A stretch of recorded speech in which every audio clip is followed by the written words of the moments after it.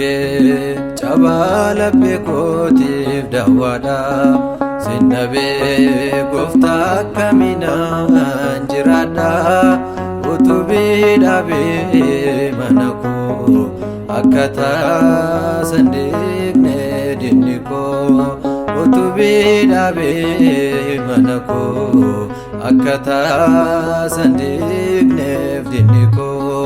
Jechi kee cabaa laphee kootiif daawwaadha. Sinnabee gooftaa akkaminaan jiraadha. Utubee dhaabee mana koo akkaataa sandeeqneef dinni koo. Utubee dhaabee mana koo akkaataa sandeeqneef dinni koo.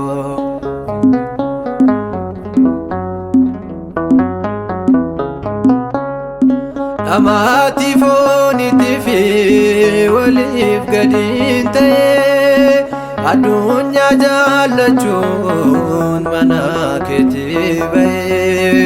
Gaarummaan ijaa kee yoomiyyuu na faana anaan deebistee maaliifaan si gaana. Gaarummaan ijaa kee yoomiyyuu na faana anaan deebistee maaliifaan si gaana. Jechi kee cabaa laphee kootiif daawwaadha. Sinnabee gooftaa akkaminaan jiraadha. Utubee dhaabee mana koo akkaataa sandeeqneef dinni koo. Utubee dhaabee mana koo akkaataa sandeeqneef dinni koo.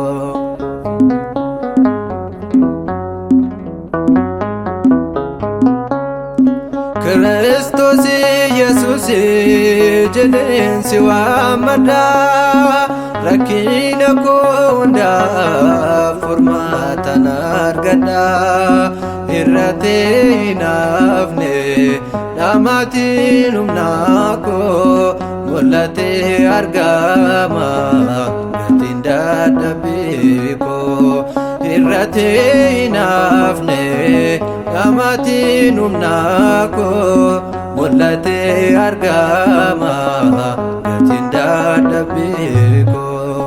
Jechi kee cabaa laphee kootiif daawwaadha. Sinnabee gooftaa akkaminaan jiraadha. Utubee dhaabee mana koo akkaataa sandeeqneef dinni koo. Utubee dhaabee mana koo akkaataa sandeeqneef dinni koo.